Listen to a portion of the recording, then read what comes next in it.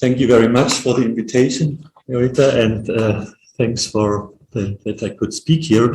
As they say that when an American starts a presentation of the keynote, he always starts with a joke, and when a German starts, it always starts with an excuse. So let me excuse myself that I'm not an expert on Russian politics. I'm a comparative politics. We sometimes are flying far away in the sky and have this kind of hope to have this kind of overview.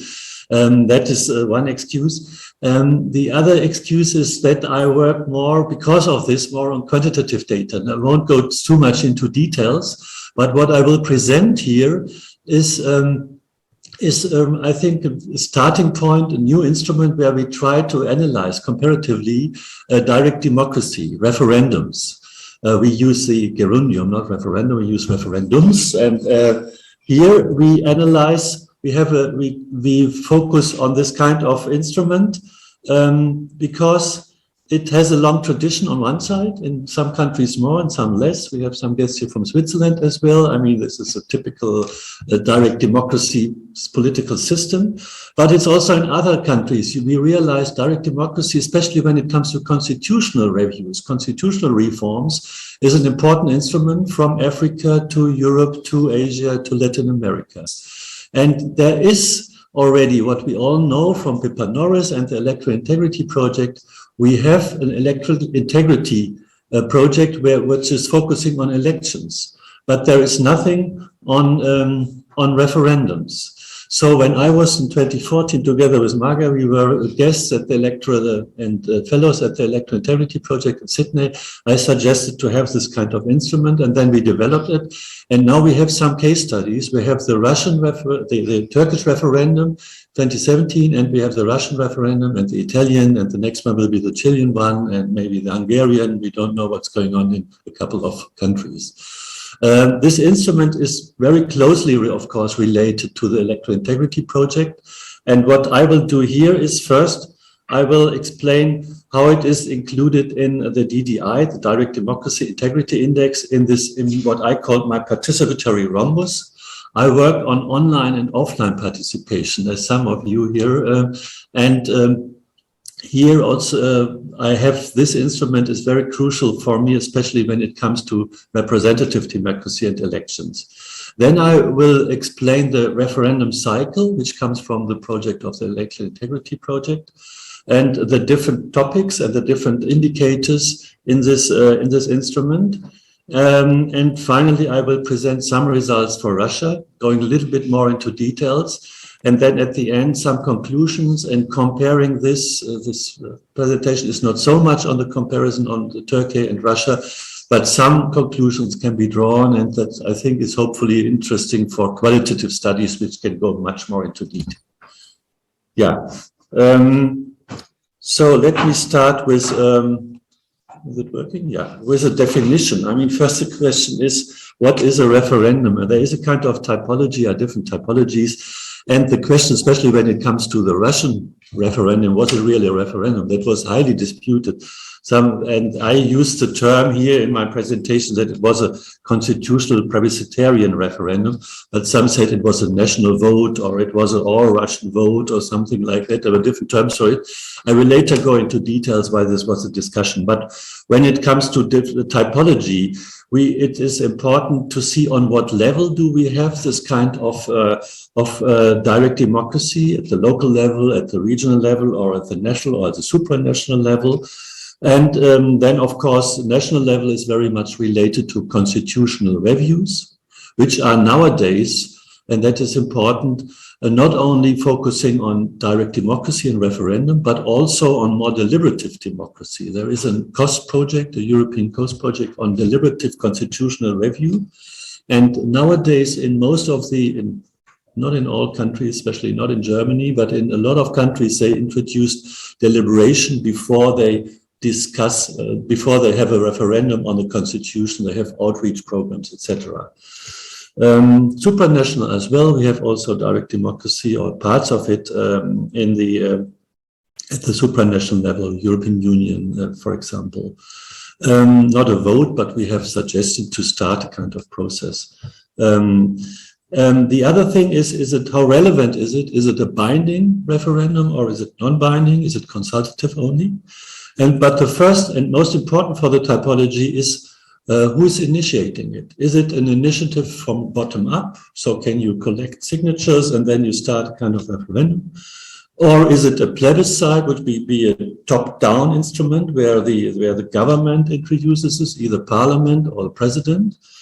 The typical is the Napoleonic referendum. That was Napoleon introduced actually direct democracy. It's quite a surprise, but that was of course more authoritarian style to implement it, to getting more legitimacy and to see how the people support himself. And the third one is an obligatory constitutional referendum. Sometimes in some countries in their constitution it is written and it is that they have to have a constitutional referendum as soon as there is a kind of change in the constitution, an important change, and that was for example also the debate when it came to the Russian national vote or plebiscite. When it comes to presidential power, I think that is also important. I already mentioned Napoleon. When we see these presidential powers by Sugar and Kerry, they have different indicators, how strong is the president and how weak he is. And actually he has one of his indicators is also the right of the president to start a referendum from the top down. So he sees that as an important aspect of dozen of different indicators of powers, and the right to call for a referendum is one of these important indicators, one of these important powers. We see also, and that is already mentioned, a lot of constitutional referendums from Belarus, Uzbekistan, Kazakhstan, etc. in the post-Russian area, as I understood it. And we see it also, what I already mentioned, in a lot of authoritarian regimes. So referendums are not just in Switzerland, where they have a high integrity. We haven't analyzed Switzerland properly, but I think that is definitely one of the cases where we have a higher integrity. We have Italy. We have now just recently in our case study, which was also have a quite high integrity.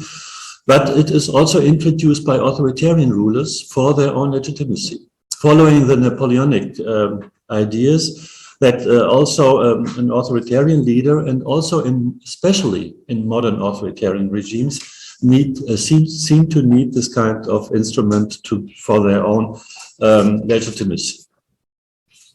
Coming now to what I said, I'm working on online and offline participation and also on constitutional review process, especially when they are used in constitutional review processes. When it comes to participation itself and instruments for participation, I have this division when I say, okay, we have instruments which are the so-called invented space, so instruments which come from the bottom, from the society, mostly from civil society. And then we have instruments top-down, initiated from the top. I call it the invited participatory space. So elections is, for example, typical for this, but we have other instruments nowadays. And then when it comes to my rhombus, we have 4 different spheres. The most important one is representative participation. What we have when we have elections, when we have context to representative, to politicians in the parliament. And when it comes to constitution, we have parliamentary councils, constitutional assemblies. These are all related to constitutional representative participation. But what we have also additionally, and that is another type or sphere of participation, is what I call the direct democratic participation, for example, in forms of referendums. These are also numeric in the sense that when it comes to elections, the numbers are important, like what how Schmitter calls it. But it's also that these are more thematic oriented, not like representative participation, which focus on representative politicians. Here, it's more focusing on a kind of direct participation and on themes and topics, and you vote in a referendum on a certain topic. When it comes to constitutional referendums, you often vote on the whole package. In some cases, they split the package in smaller parcels, but it's in smaller parts.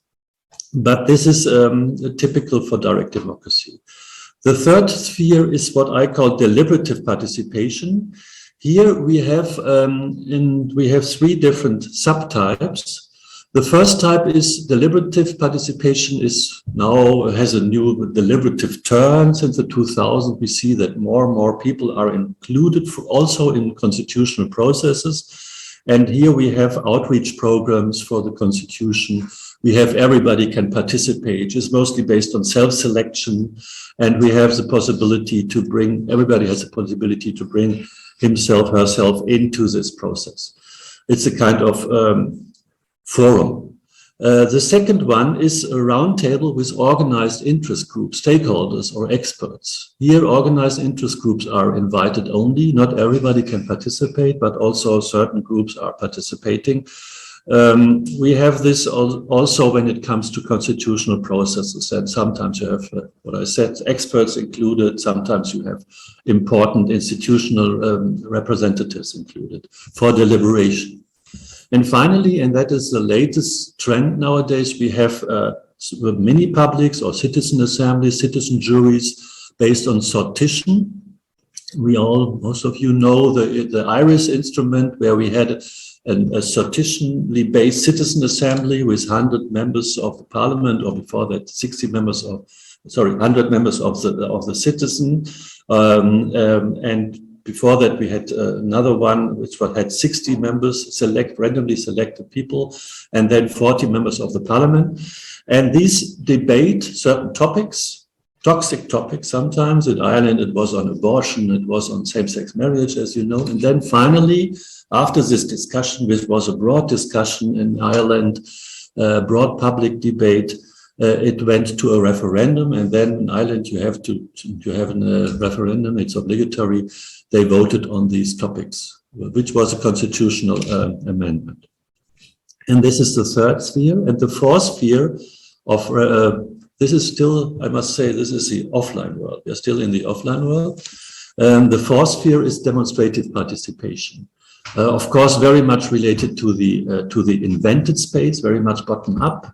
And you have demonstrations as typical instrument. But I also include people who just don't want to talk so much. They just wear a button and say, I'm belonging to this party or that party. In the US, you put it in your garden and you say, I'm voting for this candidate or that candidate. And this is a kind of demonstrative participation. And it's for me the fourth sphere. This is the offline world, but then of course you have all or similar instruments in the online world. When it comes to representation and election, we have online voting, what is mentioned at the beginning. We have, of course, other forms of online participation, candidate watch things which are related to this, or different online instruments. And when it comes to direct democracy, we have at the local level participatory budgeting, online processes and things like that. When it comes to deliberative participation, we have a couple of instruments where you have online forums. But here we realize online world, that's some of my experience of the research, is not so good in deliberation. It's relatively good with a lot of problems and questions of trust when it comes to online elections, for example. But when it comes to monitoring and mobilization, it is an important instrument. As a memory for a constitution, it's an important instrument. But when it comes to deliberation online, we found that we have a very low quality of deliberation in some of these instruments. But finally, when it comes to demonstrative participation, especially related to constitutions, because of its mobilizing possibility, and we all remember the Arabic Spring and other instruments, and in Singapore, in Russia, in Ukraine, wherever you go, you find that the internet and online participation, also in the debate and in the beginning of a new transition phase, it is a very important instrument. So online instruments and the combination of it, I call it blended, or some people, mostly the term hybrid participation, is very relevant when it comes to constitutional review processes. So this was the introduction. Now we come to our new instrument. As we started in some years ago, the idea that there is already the Electoral Integrity Project, which focuses on elections and the integrity of elections. But the integrity of referendum, there is not so much on it. There is quite nothing working on it, more a lot of qualitative state data, but there is not, like the Electoral Integrity Project, a kind of expert survey which focuses on all the referendums and analyzes and evaluates the quality and the fairness and the quality of the referendum. And so, together with some colleagues from the Electoral Integrity Project and with some scholars like Marga and some others from Marta from Regalia from Italy and some others, and Max Grumping from Australia, we developed the referendum cycle. And the first test was at the Turkish referendum 2017. And here we followed very much the cycle from, you know it from IDEA International or from the Electoral Integrity Project. We focus on the different phases of an election. We have the different phases of a referendum. We have the pre-referendum phase, the campaign phase, the polling day phase, and the post-referendum phase. And then in each of these phases, we have three different sub-topics, the legal framework, the referendum initiation, and the voter registration at the beginning. And I must say this is the most important point when it comes to the referendum. When it comes to the campaigning, it is similar, but it's of course not the same like an election. When it comes to the polling day, referendums and election are quite similar. And when it comes to the post-referendum phase, of course, it's also, we have similar indicators. The most important different area or phase is the pre-referendum phase. So before the polling day, and this area with campaigning and pre-referendum is seems to be the most important thing.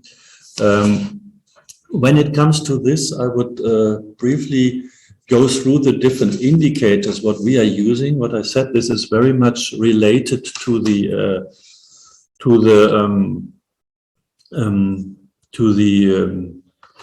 Electoral Integrity Project. For example, at the beginning, we had referendum, the legal framework, and we have questions, for example, like, was the referendum laws, were they unfair? Was it favoring the status quo side? Was the referendum laws restricting citizen rights? These are questions focusing on in this first phase on the legal framework. Then we have the referendum process. Was it seen as legitimate and fair? Was the holding a referendum strengthening citizen interest and engagement? Was it weakening representative democracy? Was the executive dominating agenda setting for the referendum? So this is still in the pre-referendum phase. Then the voter registration. So here a question like, some citizens were not listed in the register, referendum, electorate register were inaccurate. Some ineligible electors were registered. This is voter registration. And fourthly, in this pre-referendum area, the question in the ballot was ambiguous. Citizens were not giving enough information or not sufficient, were given sufficient information. Sometimes we used a positive or a negative perspective. Some groups were restricted from holding campaign rallies. Politicians offered patronage to their supporters. Citizens were given sufficient time to discuss the issue. The authorities successfully provided broad online sourcing instruments for referendums. The authorities used dialogical outreach programs, mini-publics, etc. Political parties published transparent financial accounts, which people buy election and referendums, and some state resources were improperly used for campaigning. So you see some of these instruments were very much related to the Electoral Integrity Project, and some of these were very closely to that, but then there are some new instruments and new categories included, like these outreach programs, etc. and the initiation phase, because what we saw from the typology of the referendum and plebiscite, the initiation is a very important topic. In fact, when we started to discuss the electoral integrity, the referendum integrity, or the direct democracy integrity, the first idea was to have a sub-cycle, to have the whole cycle, but then a kind of sub-cycle at the beginning. But then we decided to have it all in one cycle, have it included all, because that is easier also for an analysis later on. Yeah, coming to the, oops, is it right now? Now to the campaigning polling day. Yes, that was the question. Both sides had equivalent access to public political subsidies. Both sides had access to political donations. Both sides were public, transparent financial accounts. This is the question. I'm sorry, that was already on the other list, but this belongs to this part. Some state resources were improperly used for campaigning. And then all parties, NGOs, had equitable access to public subsidies. Parties had some state resources were improperly used. So here's a mistake in this slide. But you see, there are a couple of indicators focusing only on the campaign media coverage and also on the campaign financing. This is important when it comes to the campaigning. The campaigning phase as a second important phase is very important. Then the third phase is the polling day. Here, of course, administrative organization of the voting procedure is relevant. The referendum was well managed. Information about voting procedure was widely available. Election officers were fair. A referendum was conducted in accordance with the law. The authorities provided an adequate number of polling stations. So this is more the administration of the election itself on the polling day, the different voting procedures. Of course, as we all know, when it comes to election, especially here, we have a lot of problems when it comes to the misconduct or problems with the election and the integrity. And finally, the post-referendum phase is the question: how was the vote count? How was the post-referendum environment? And the question: what was happening with electoral authorities? Here we had questions like ballot boxes were secure, the results were announced with undue delay, votes were counted fairly, international election monitors were restricted, domestic election monitors were restricted, official election records were saved from hacking, no paper records of the vote account were kept. All these questions were asked. And then post-referendum environment, parties or NGOs challenged the result. Referendum led to peaceful protests. Referendum triggered violent protests. Voting results were subject to post-election audit. And finally, the question on the role of the electoral authority, although this, of course, is in the whole process, but we have it here on the electoral integrity project in the final, as a final indicator. The election referendum authorities were impartial. Authorities distributed information to citizens. Authorities allowed public scrutiny of their performance. The election referendum authorities performed well. These are all the indicators in our expert survey. So coming now to the Russian referendum. Now I want to go a little bit into the details, as I mean, most of you know it much better than me. What happened with the referendum? It was announced 2019 by Putin in a press conference, and the interesting case was it was not necessary and obligatory for him, because the Russian parliament would be legally capable. That, I mean, it was a dispute, but in certain areas, as I understood the literature, it was not necessary for Putin to introduce a referendum. And he used it more, I would say, in this Napoleonic style to get a higher legitimacy finally. But it was should have been on the 22nd of April. Then it was postponed to the end of June, 1st of July, with with the last voting day. And there were a couple of, not only foreigners abroad were allowed to vote online, but it was also, as I understood, Moscow and Oblast allowed it as well to vote online, and they had electronic voting at least. When it came to the content of the constitutional reform, which is also relevant for the whole referendum, it was, of course, on one side, it had some constitutional amendments regarding the political system, for example, right of the lower house to appoint the prime minister, the weakening of the federal justices and the removal by the Federation Council. But the most important thing, as I see it, was, of course, finally, and that was behind it, to have with the new constitution 2 more 6 years presidential terms, and which allowed Putin, of course, to stay longer in power and not having the same procedure what happening before. And was it 2011 with Medvedev and this shuffle of responsibility. Included was also, and that is important, social measures on pension and welfare state. I think that was in this package deal on the referendum a very important topic, because they included certain social policies to make it more attractive, we could say. That is also very typical when it comes to some authoritarian referendums. Then it was included also ensuring patriotic education in school, placing the constitution above international law, but it was also included a banning of same-sex marriage, which was in the constitution, and that was a very big topic, and of course very much very controversial internationally.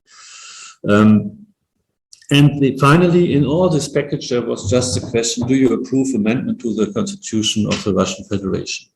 So it was just one question on a lot of different topics. When it came to the results, I mean, before, of course, we had a couple of opinion polls in advance. For example, expected turnout, it was, and that often happens with referendums, especially when they are not together with elections, we have a very low voter turnout. And here it was expected that for between 33 and 45% participated, and 17% said they will definitely not participate. When it came to the opinion poll, said beforehand that 40% say yes, 30% say no, and 25% didn't know at that time. So it was a majority in favor of the amendments, but it was a relatively close race, because there are so many citizens didn't know at that point what to do. And finally, when it comes to the non-voter group, there was a kind of abstention strategy, because they just didn't go to the election. That is frequently happening. If you are not 100% in favor of something, you go to this, you abstain and you don't participate. And so that was also an important topic in this regard. Coming to the results, just to remind you what was the result, it was a 78.5% yes votes, relatively clear win. The no vote was 21%. Voter turnout was 67%. I must say relatively high, that was surprisingly high. And invalid votes, which could be seen as also as a kind of protest vote, was also not very high, only less than 1%. What we see that there was I don't know if you can see that properly, but that it was, of course, a difference between Moscow and the bigger cities and the rest of the countries, and there was a split between the more urban areas and the rural areas. That was my interpretation, but we can discuss it later on. So coming now to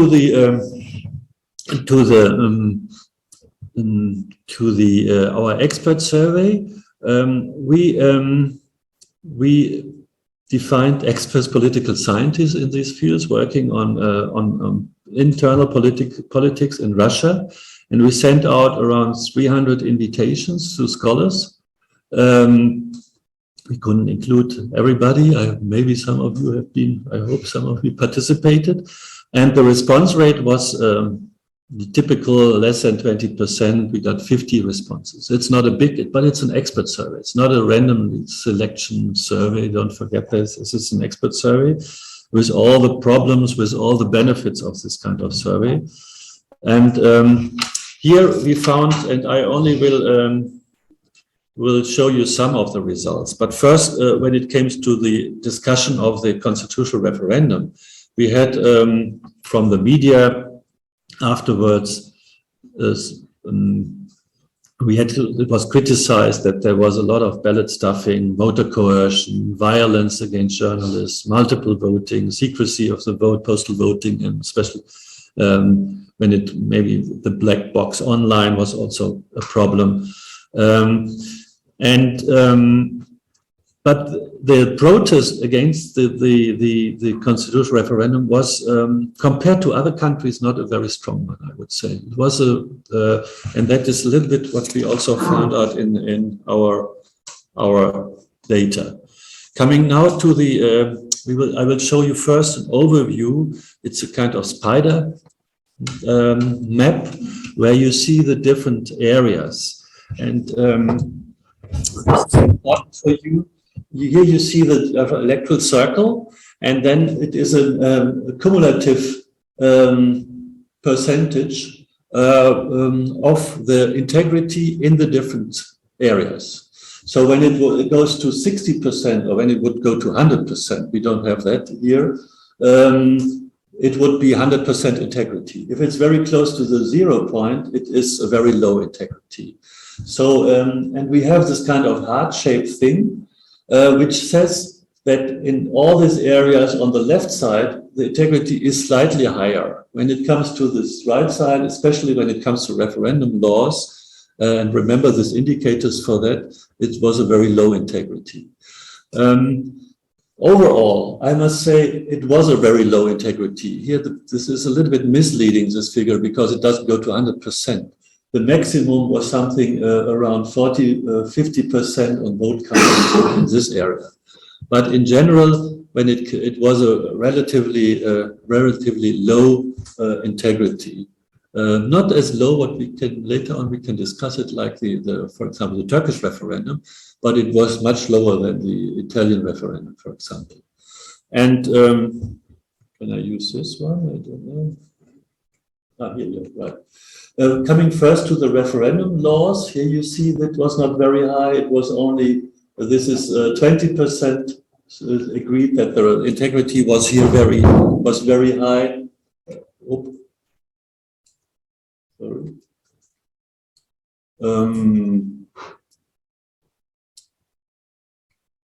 Then initiation was a little bit better integrity.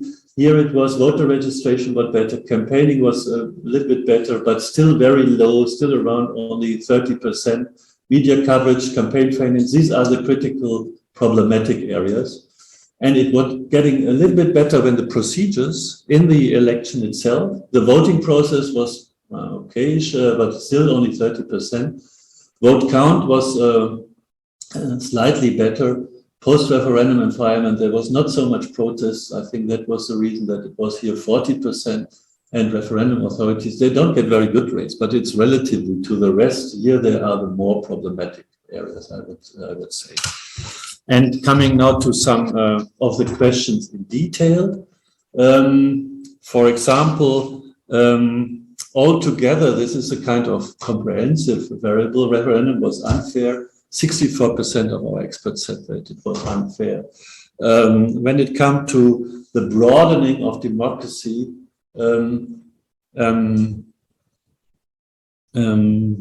initiation. No, this is referendum. When it came to the status, the referendum laws favored the status quo side. It was 64%. The clear majority said it was definitely favoring the status quo side, the government.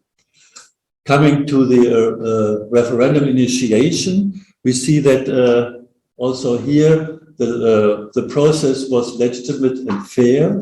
This is the initiation process. There was 66%, two-thirds majority said it was not legitimate and fair. Then here also the executive-dominated agenda setting for the referendum, 90% said this. When it came to broader participation, citizen interest engagement, strengthening citizen engagement, it was 62% was saying it was not strengthening the citizen participation. So coming now to the next one, campaign media coverage. I don't show you all the graphs, only some of these, some of the important ones. Then you see that the question listed on the ballot was ambiguous, that 70% that it was a package deal. I mean, it was just saying yes or no, you like it, you don't like it, the whole package. Then the question, what I already mentioned, no broad participation, sufficient information to understand the issues. 68% said this was not the case, citizens didn't get this. And then also authorities successfully used Prereferendum for dialogical outreach programs. 51 said no, this was not happening. Broad online crowdsourced instruments for the referendum also not existing, according to the experts.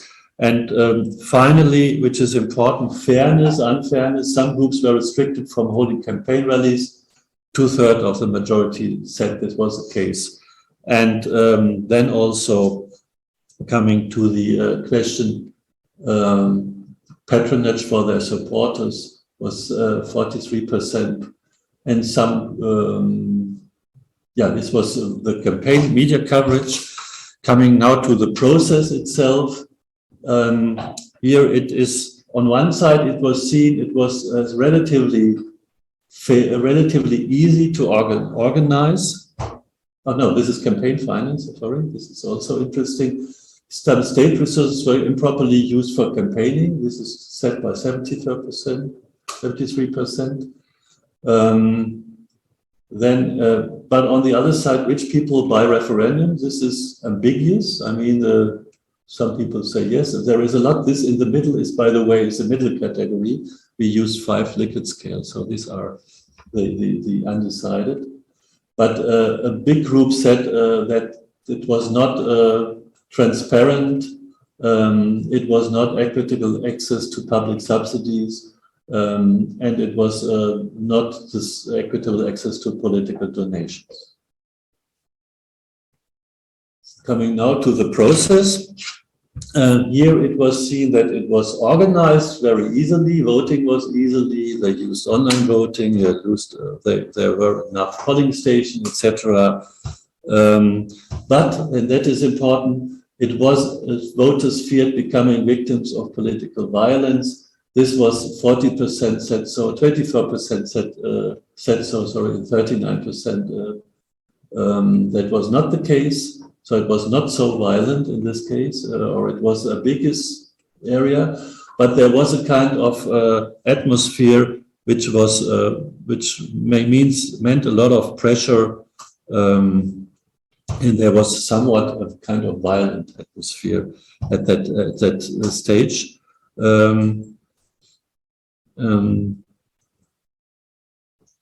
And this is important. People were free to vote without feeling pressured. This is important when it comes to the pressure on the different voters. 51% yes, it was the case, and 27% said this was not the case. 73%, by the way, said there is also some fraudulent votes were cast. This is also very high indicator. Coming to the conclusions.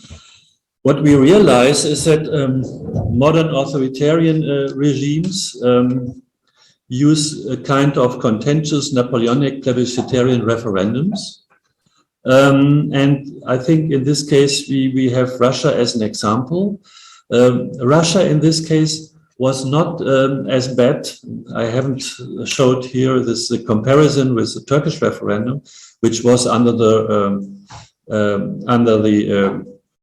a certain legislation after the coup in the Turkey.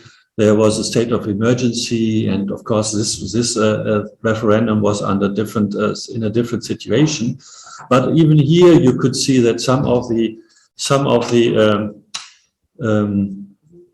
voters were not free, feeling free, and felt under pressure. So what we see is that on the other thing, when it comes to this kind of plebiscitarian referendum, we see package deals, and what is often happening that you have social welfare packages included, and you have also right-wing populism topics included, like here this is the question on same-sex marriage, and also on nationalism, which is becoming an important part of this package, which is very typical. I mean, we compared some other instruments, if you go from Zimbabwe, where Mugabe included in a referendum strengthening his own powers, he included the land reform, distributing land to the people. This was included in the referendum. He lost that, by the way, although he had included it in 2000. You often have different aspects included in the package deal, and then you find the typical pattern that the political constitutional changes are strengthening the president. Mostly it's a question, it's a longer term. We have that in a couple of referendums in Africa, but also in other countries. Not the biggest problem for integrity, that is important, are the referendum procedures, I think. And this is, I must really say relatively, because there were a couple of problems, and what we all saw was stuffing of ballot boxes, etc. But compared to the rest, it was relatively fair registration, electoral management, and infrastructure, and the vote count as well. Although it was a hostile voting day, and it was a kind of pressure against the opposition. This was not the biggest problem for integrity. The biggest problem for integrity is, in my opinion, and this is related to this data, is more the state media dominance, online, offline deliberation matters, where there was no fair discussion on the constitution, and then the uneven playing field when it comes to the campaigning. So this kind of relatively hostile environment, it's a kind of, it was not openly hostile, but it was a pressure on the opposition, and they often abstained from voting when it comes to this kind of pressure. So what is happening? We have symbolic direct deliberative democracy in more sultanistic regimes, but in modern authoritarian regimes with weak party systems. So thank you very much for that.